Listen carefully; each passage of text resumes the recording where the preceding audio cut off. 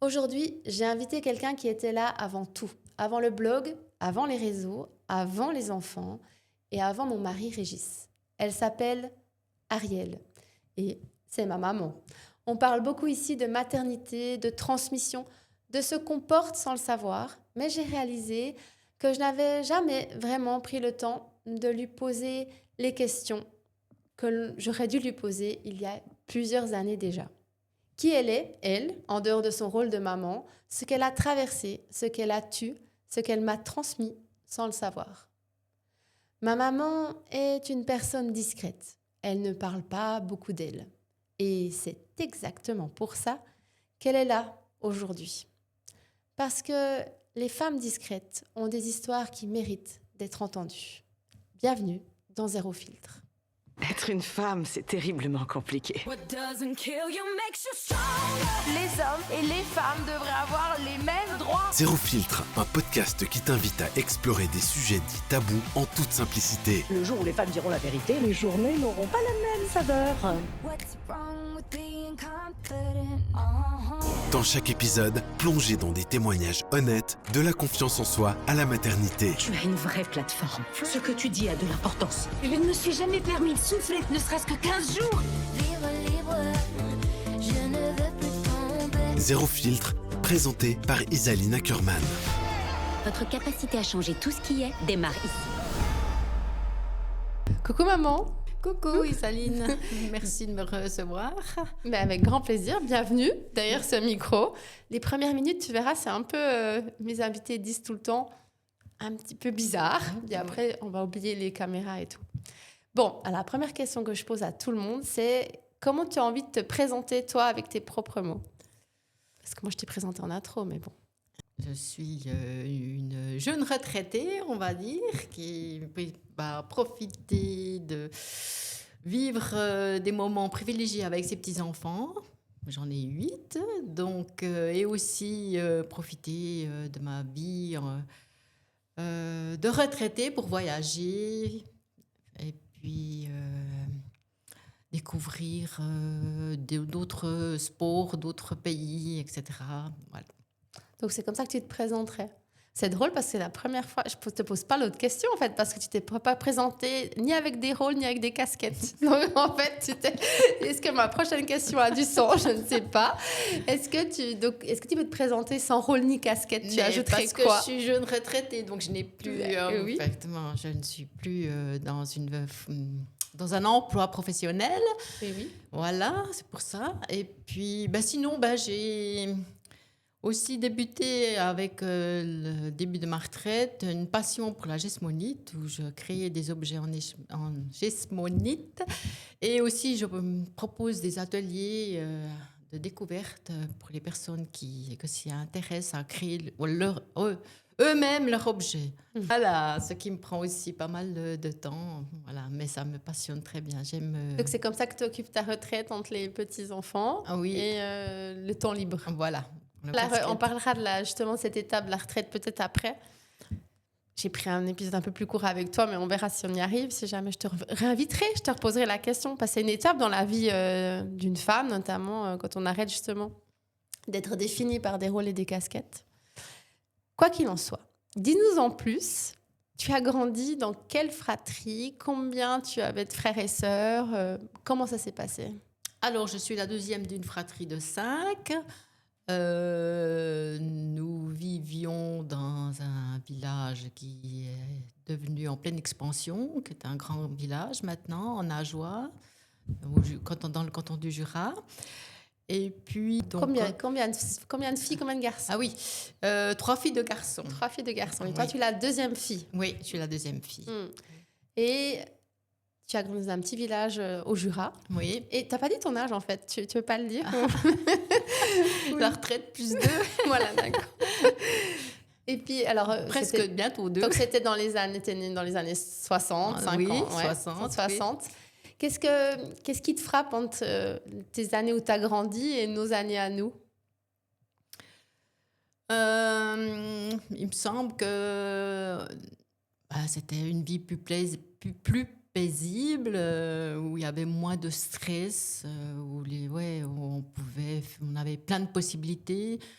quand j'ai eu l'âge de choisir un métier, il y avait plein de possibilités qui s'offraient à nous. On n'y avait pas du tout de soucis de chômage, etc. Enfin, tout était en expansion, tout était possible. Tu avais une sensation de plus de possible que maintenant. Oui. Ok. Et du coup, quel genre de jeune femme t'étais? Quel genre de petite fille d'abord tu étais? Puis après, quel genre de jeune femme tu es devenue? Alors, j'étais une petite fille très garçon, manquée. Je jouais qu'avec les garçons dans le quartier. Mais juste faire une appara, je te coupe. Ouais. Tu dis que tu étais une petite fille garçon manqué, mais physiquement, sur les photos, t'as les cheveux blonds, Ah longs, oui, je suis t'es féminine. toujours très, Oui. t'as les critères très féminins. Oui. Oui. Oui. J'ai tellement tanné ma maman pour qu'elle me coupe les cheveux courts qu'une fois, elle est allée chez le coiffeur, je te fais les cheveux courts et les cheveux très raides et courts, comme aujourd'hui. Mais à l'époque, c'était horrible. Moi, j'étais vraiment raide, quoi. C'était pas... Elle était très déçue. Moi, j'étais contente, j'avais les cheveux courts. J'adore.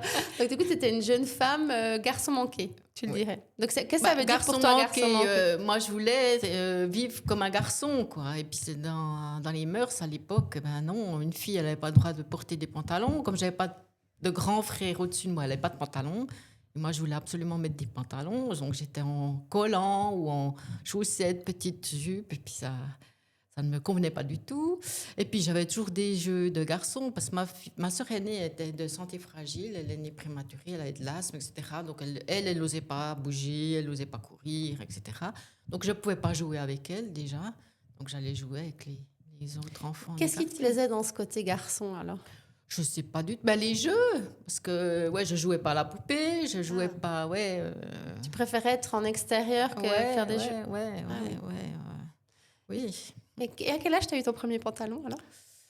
Oula, je ne peux plus m'en rappeler, mais je devais avoir bien 14-15 ans, quand les premiers jeans sont devenus possibles à l'achat, quoi. Incroyable. C'était une révolution. Ah, c'est fou de s'imaginer que c'était une révolution, alors que ouais. moi, je mets que ça maintenant. Et Ça, c'est un autre monde. Ouais. Et ouais, dingue. Il y a d'autres différences comme ça que tu vois, à part le vestimentaire par rapport aux femmes?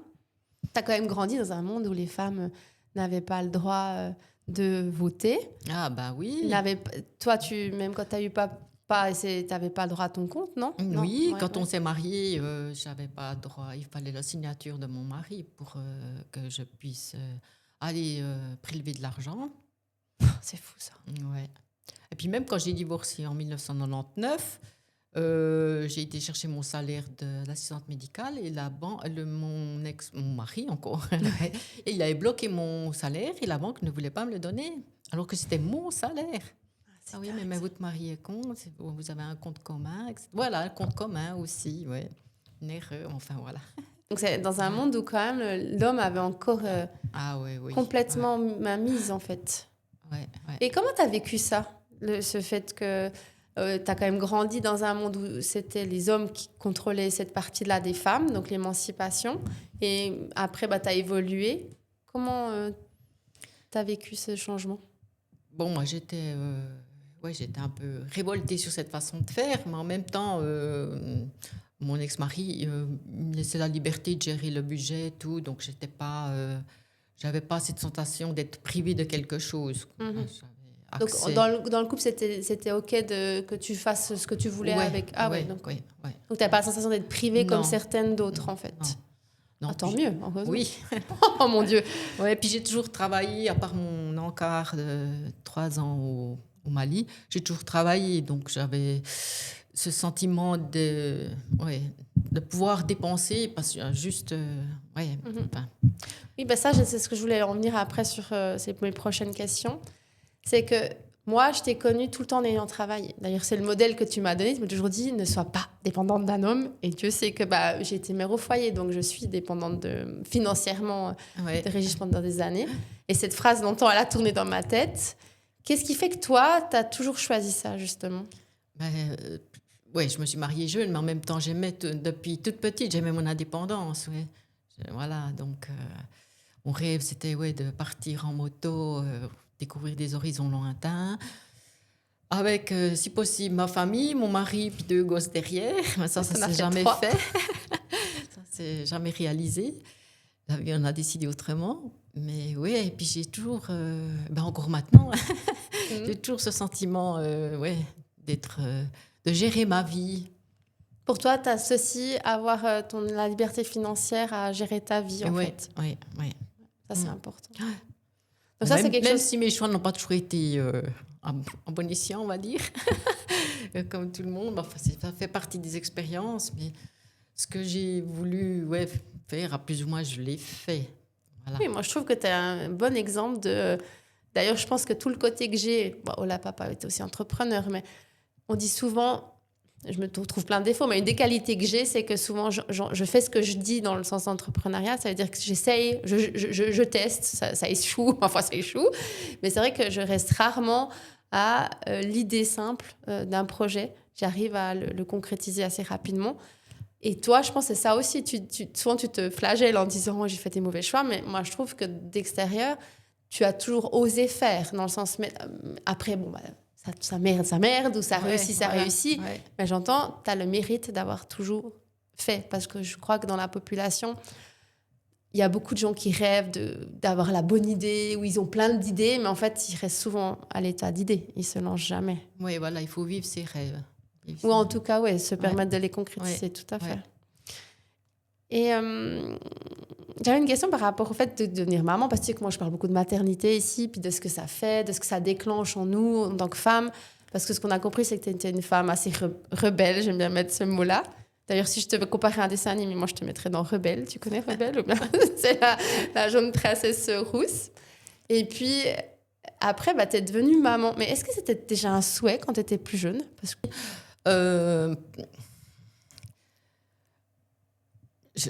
J'étais toujours entourée, j'ai eu une petite sœur puis deux petits frères. Donc oui, tu t'en es occupée. Oui, je m'en suis occupée. Et puis je ne me suis jamais posé la question, est-ce que je vis d'abord mes rêves de motarde avant de... La vie s'est présentée comme ça, voilà. Ouais, parce que tu t'es mariée à quel âge? Ça, c'est important. C'est-à-dire que moi, j'avais quand même un objectif, c'était, avoir mes enfants jeunes. Là, c'était vraiment assez jeune.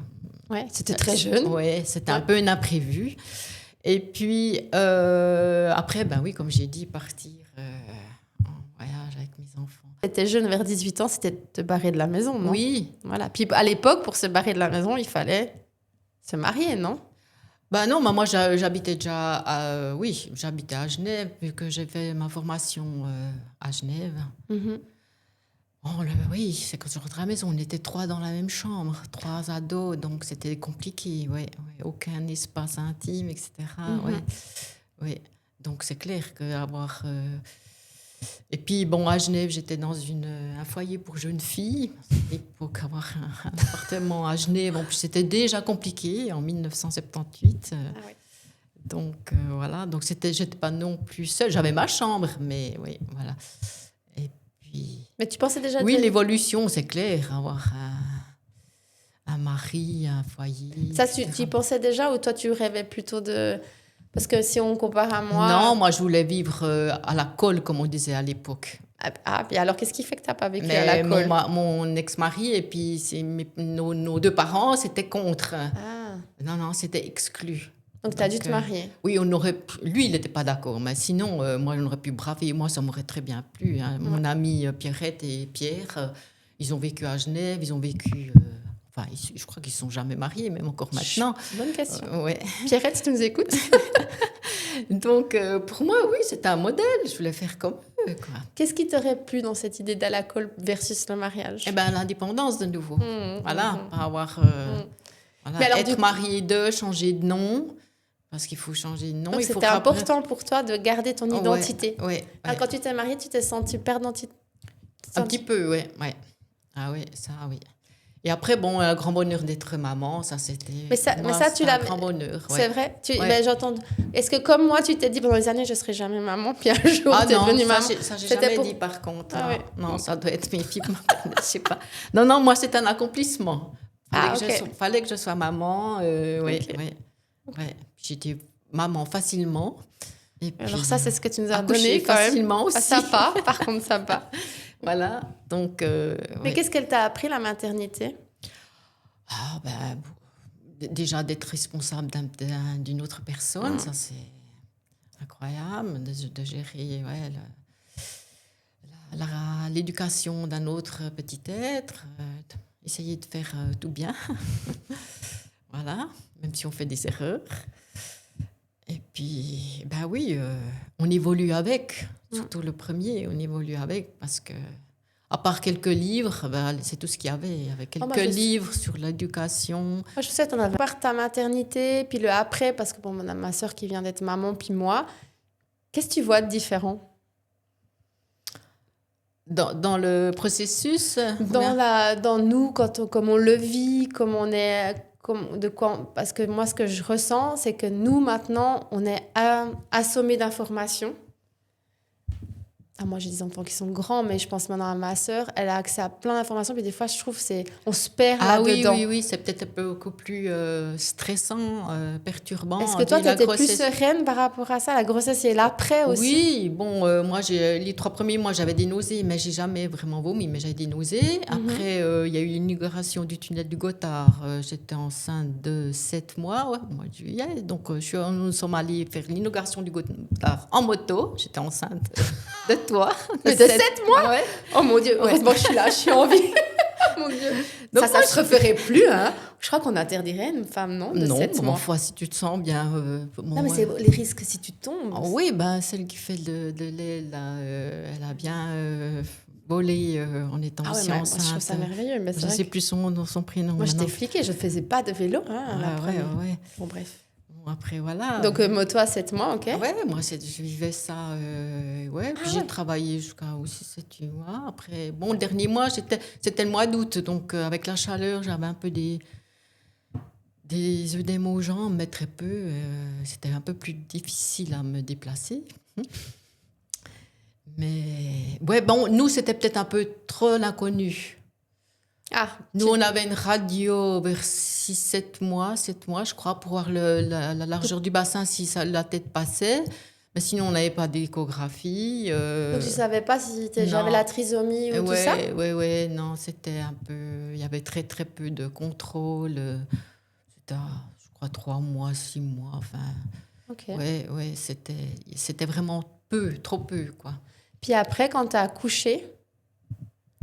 T'étais entourée ou t'étais seule? Comment ça s'est passé? Entourée par? Je sais pas, par ta famille, par tes amis. Quand j'ai accouché, pas l'accouchement même.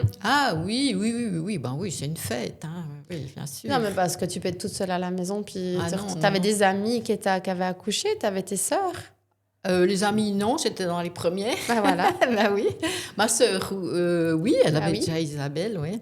Oui. Mais elle était enceinte de Nicolas. Elle a accouché 3 semaines après moi. Donc, oui, moi, dans la famille, on est très famille maternelle, etc. Ma maman, ses sœurs, mes tantes. Et comment c'était la parole par rapport à ça? Tu as pu discuter de ton accouchement ou il y avait des tabous? Oui, oui. Mais bon, moi, j'accouche facilement. Je n'ai pas eu trop de trauma. Enfin, même, pourquoi tu ne m'as pas donné ça? J'avais la transmission. J'avais pensé que ça non. Ah oui. Ça, j'ai l'autre côté. Ah oui, quand tu as accouché, là, moi, j'étais mal. D'ailleurs, j'avais été vomir dans les WC quand j'ai appris que... c'était...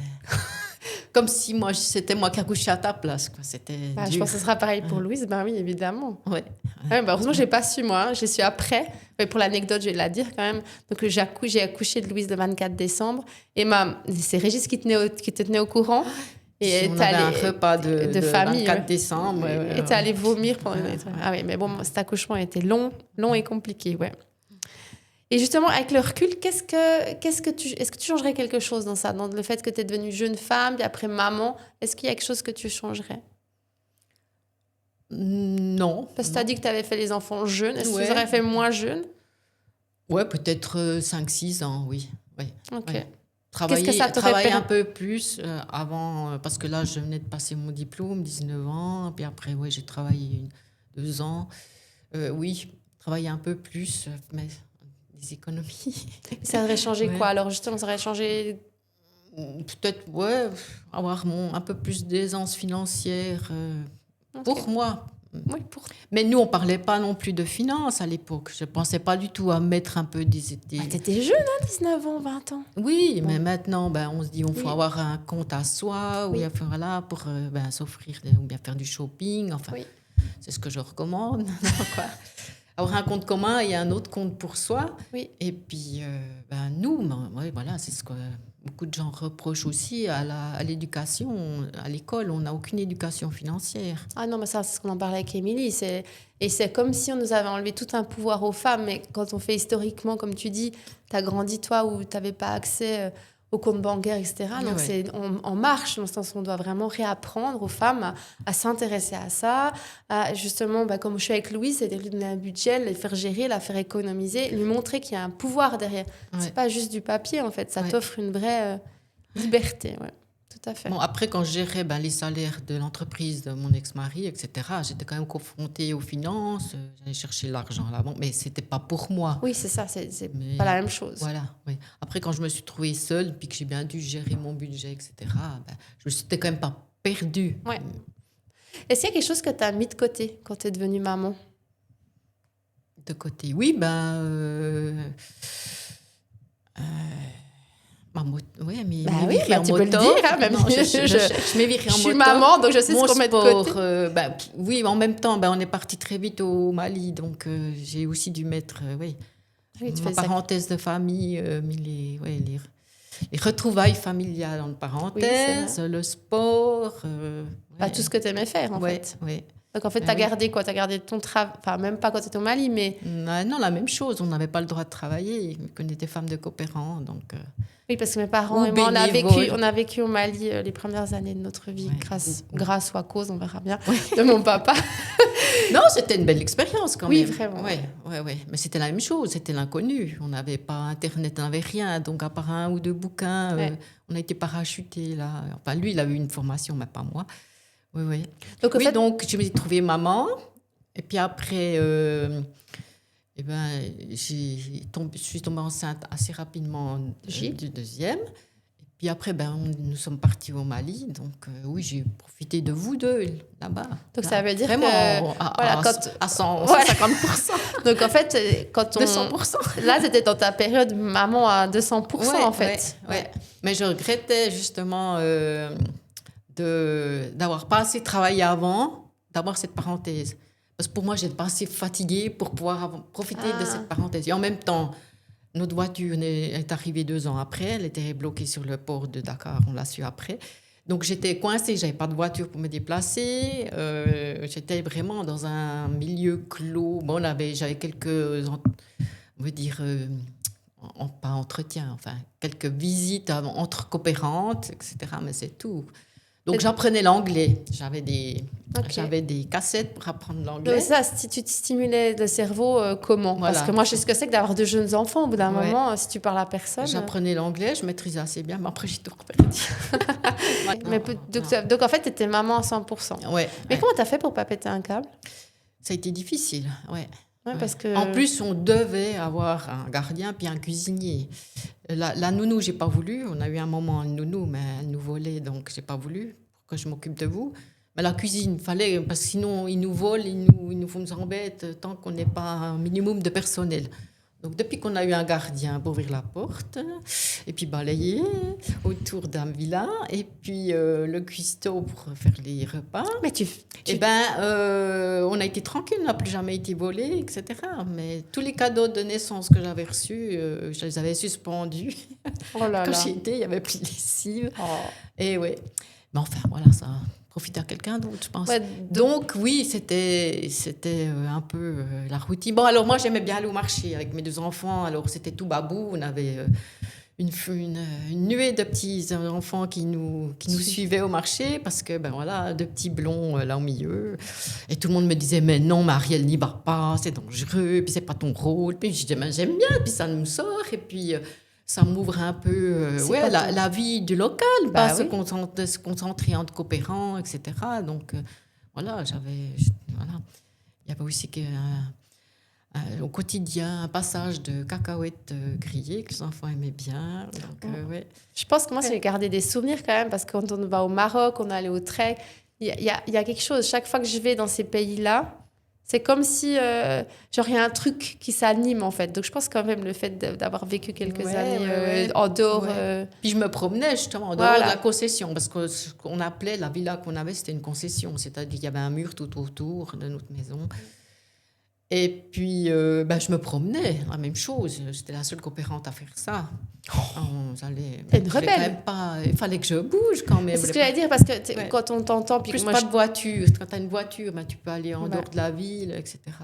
Moi, je te connais, tu es très active. Donc, comment tu as fait pour rester comme ça, sans activité, entre guillemets? Je sais très bien qu'être mère au foyer, c'est beaucoup, mais j'entends là, tu étais... Ouais, après, bon, on avait la piscine, donc on nageait quand même un petit peu, mais c'est tout. Ouais.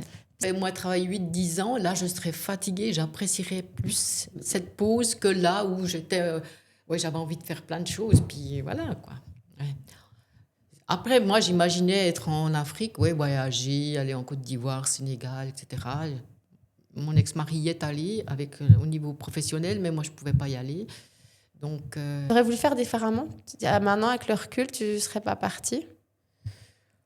C'est difficile de dire maintenant parce qu'on a plein de connaissances qu'à l'époque on n'avait pas. Donc moi, ce qui me tentait, oui. Alors avant ça, on était déjà partis en moto jusqu'à Agadir. On avait fait aussi les pays baltes, mais moi, ça me plaisait d'aller vivre ailleurs, quoi. Vivre ailleurs, ça a toujours été, ouais. Et j'aurais voulu continuer. On avait la possibilité d'aller soit au Rwanda, soit aux Comores.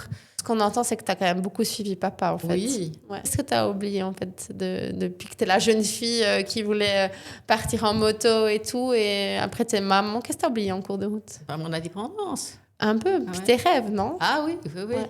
Mais ce que font beaucoup de femmes, hein, c'est pas une accusation. J'ai réalisé depuis quelques années que je suis en retraite, que j'ai toujours soutenu et aidé et collaboré à fond dans les rêves de mes compagnons, mais jamais imposer, dire non, mais moi je veux ça, puis je voudrais faire ça, le réaliser.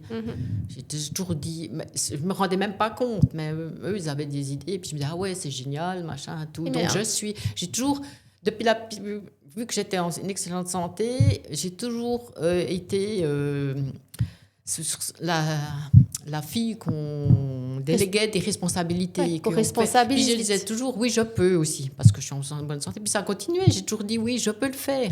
Alors que des fois, ça me rend service de dire, non, je ne touche pas à ça. Par exemple, le bureau, la gestion d'entreprise de mon ex-mari. De mon papa. Ça m'a appris... grâce à ça, j'ai eu des cours d'informatique. Ouais. Voilà, que peut-être que j'aurais connu, mais plus tard. Donc, ça m'a quand même donné une évolution professionnelle, mais en même temps, ça m'a pris beaucoup de temps, ça m'a physiquement épuisée. J'aurais dû dire non, c'est pas mon métier, et puis j'ai déjà assez de choses à gérer comme ça. Et qu'est-ce qui fait que... Mais j'osais pas, je me disais, je peux le faire, pourquoi je dirais non? Alors qu'il avait 15 ouvriers, il aurait pu très bien avoir une secrétaire, ce qu'il a dû faire après, l'engager, puis donner un salaire, parce qu'à moi, il donnait pas de salaire. Mais qu'est-ce qui fait que dans ta vie, justement, tu n'as pas osé dire non? Je sais pas. Je sais pas. Tu n'as pas du tout de piste? Non, je sais pas. Parce que, je sais pas. Parce que j'ai toujours pu dire... toujours dit je peux le faire. Oui, je peux le faire. Dire non, c'était... comme je suis un peu rebelle. Dire non, c'est... me trouver, je sais pas, comme ma sœur, en état d'infériorité, ou je sais pas. Petite femme faible, dire non. C'est intéressant. Donc toi, tu associes le non à la femme faible. Oui. Alors que toi, s'il avait eu des problèmes, j'aurais dit, ouais, mais bon, j'aurais peut-être pu le faire, ou je sais pas, ouais. Ok. Ouais. Moi, ce que j'ai appris, c'est que le non, c'est plutôt... se heurter au rejet, se heurter au fait qu'on ne soit pas aimé, en fait. Donc, oui, ça aussi. Ouais. Parce que les femmes... Moi, j'ai été très longtemps manque de confiance en moi, timide. Malgré que j'aime mon indépendance, je n'osais pas m'imposer. Puis je pense dans ta famille, c'était... Enfin, encore plus à l'époque, j'imagine, mais nous, on sait, des femmes de ma génération, qu'on a grandi, même si malgré ta maternité et ton rôle de mère, on a quand même grandi avec la société qui nous disait qu'une fille, elle doit... plaire des fois, être aimable, ça veut dire surtout dire oui et pas non, ça veut dire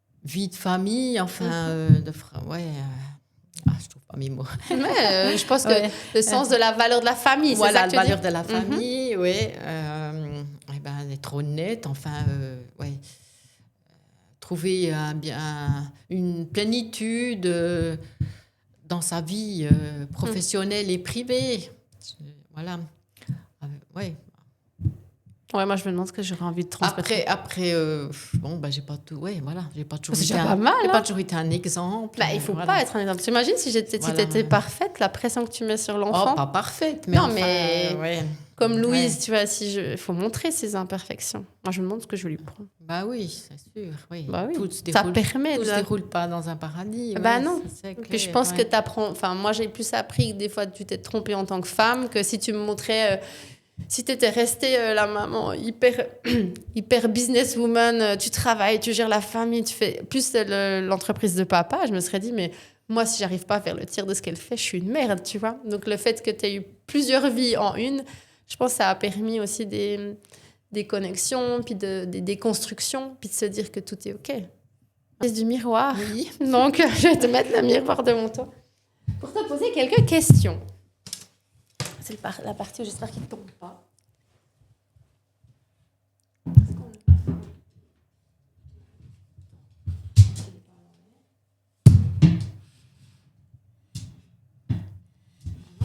Ah, faut que je le tienne.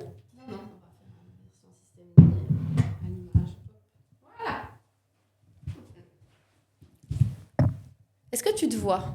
Oui. Ah, parfait. Alors, tu ne peux regarder que toi. Hein. T'as pas Oui. besoin de me regarder moi, D'accord. parce que sinon, ça fera bizarre, tu regardes à deux personnes. Bon, alors, quand tu te regardes aujourd'hui, maman, Oui. tu vois qui? Eh ben, une dame qui vieillit gentiment, qui espère réaliser ses objectifs actuels, futurs. Mhm. Est-ce que tu te sens libre aujourd'hui? Un peu coincée financièrement, mais sinon, oui. Oui, on a dit que toi, tu associes liberté financière et Ouais. argent et liberté. Ouais, bah oui, effectivement. parce que ça te coince quand même pour voyager, par exemple. Mhm. Oui. Ok. Mais ça va s'améliorer. Ah bah ça peut, hein. J'ai trouvé un petit nid maintenant. Je vais me meubler, aménager mon petit nid. Et puis après, voilà. La prochaine étape, c'est C'est la Les prochaine- voyages. les voyages. Bon, tu peux fermer les yeux maintenant.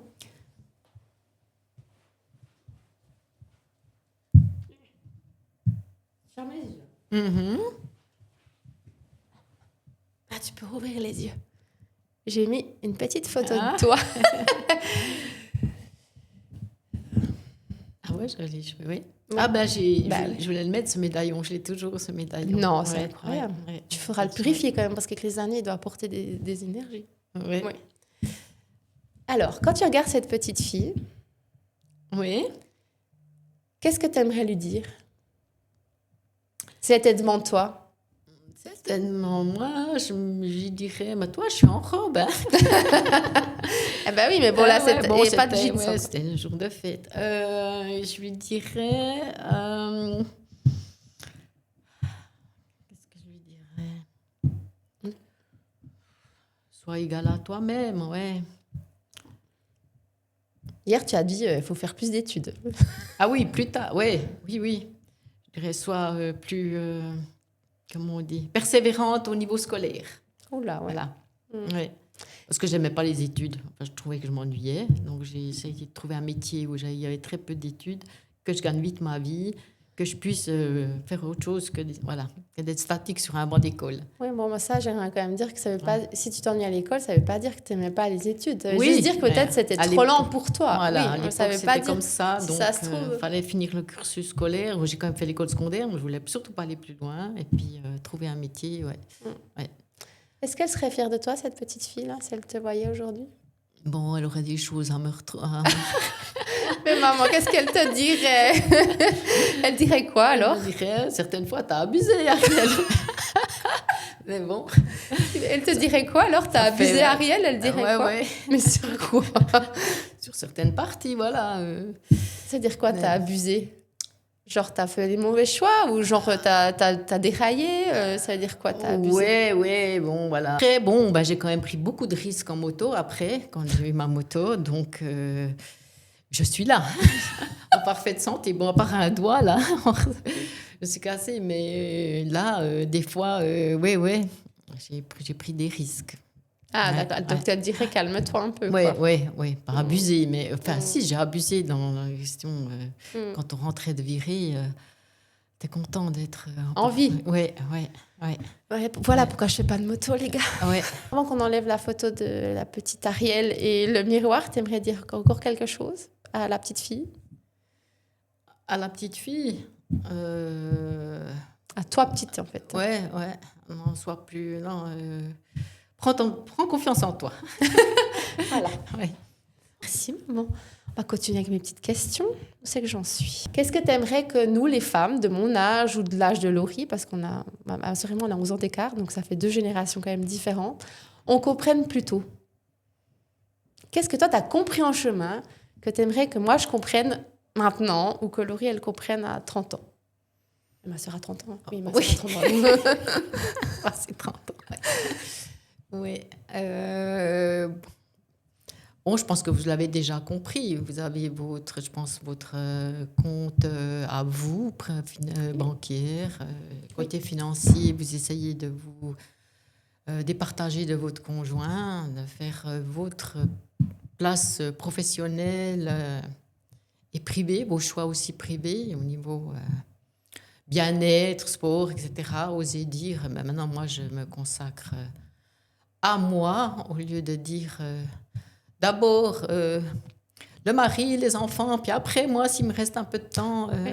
Parce que moi, je me souviens quand même de toi, tu essayais d'aller au squash, au badminton quand même, à des époques. Bon, c'était pas très bien accueilli, mais quand même. Oui, mais ça, c'est quand on est rentré. Oui, et puis c'était... Oui. C'était aussi le stress, voilà, parce qu'on était loin, il fallait que j'aille jusqu'à l'endroit où il y avait le squash à rentrer, et puis c'était minuté, et puis il fallait que je rentre, et puis voilà, tout était minuté. Ouais. Si tu avais un message à dire aux femmes qui nous écoutent, de ce que tu as raconté ou de ce que tu aimerais laisser, tu aimerais leur dire quoi? Des mamans, des filles, des grands-mamans. Oui. Prenez confiance en vous et puis osez vous imposer, dire que ce que vous aimeriez faire, etc. Je pense que l'autre ne va pas se sauver, même si des fois il n'accepte pas ou s'il rouspète. Voilà. Un homme, il dit « je travaille », c'est normal, mais si une femme, elle dit « je veux faire ça », c'est pas... encore acquis pour certaines personnes. Ça, c'est ce que tu as appris en chemin? Oui, ouais. Il y a encore une question que je vais te poser. Quand tu es devenue maman, c'est ce à quoi tu t'attendais? Ou genre, tu avais une autre image de la maternité? Ah oui, moi j'ai tellement été baignée. T'as pas été surprise? Non, hein. Après, avec écoute... Avec trois sœurs et frères, et puis après, tous les cousins qui nous baignaient autour. Qu'est-ce qui fait que tu t'es occupée comme ça de tes frères et sœurs? J'avais pas le choix. Mais qu'est-ce qui fait que tu n'avais pas le choix? Ma maman, elle était la même chose. Elle gérait le bureau de son mari, le potager, la cuisine, elle faisait nos habits. En plus, on avait des locataires en face. On devait aussi rénover les appartements. On faisait aussi les foins. Et puis, c'était dans les mœurs. Hein. Les plus grands s'occupaient des petits. Et puis, comme ma sœur était de santé fragile, qu'elle n'osait pas transpirer, etc., je ne sais même pas si elle allait promener ma petite sœur, je ne crois pas. Du coup, ta maman, elle était quand même très active en dehors de son rôle de mère, c'est ça? Elle n'avait aussi pas le choix. Maman avait sa maman qui habitait en Alsace, donc elle venait rarement.